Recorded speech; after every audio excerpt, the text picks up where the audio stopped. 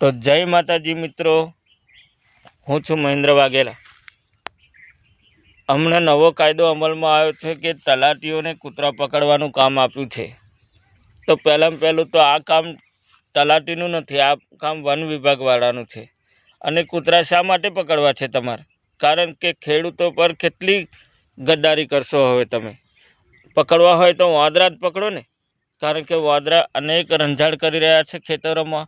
દિવસે વાંદરા ના બેસવા દે ખેડૂતોને, રાત્રે રોજ ના ઊંઘવા દે ખેડૂતોને, કારણ કે એના ઘરે કૂતરું હોય તો એ કૂતરું જનાવે છે, અને કૂતરું જનાવે એટલે ખેડૂત ઊભો થઈને ખેતરમાં નહાળવા જાય છે, રાત હોય કે દિવસ। તો એ કૂતરાઓને તમે પકડવાનું વિચારો છો, કારણ કે ખેડૂતોની સહાયક એક કૂતરું બની રહ્યું છે।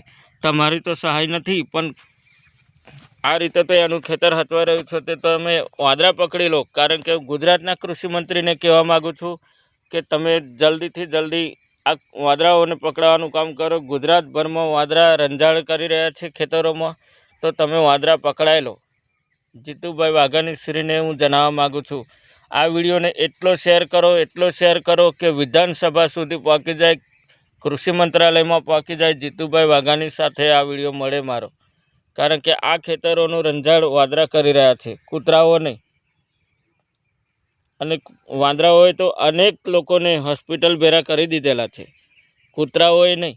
તો એ વાંદરા પકડી લો, વાંદરા પકડશો અને જંગલમાં છોડી દો, એમાં ખેડૂત રાજી રહેશે। જય માતાજી।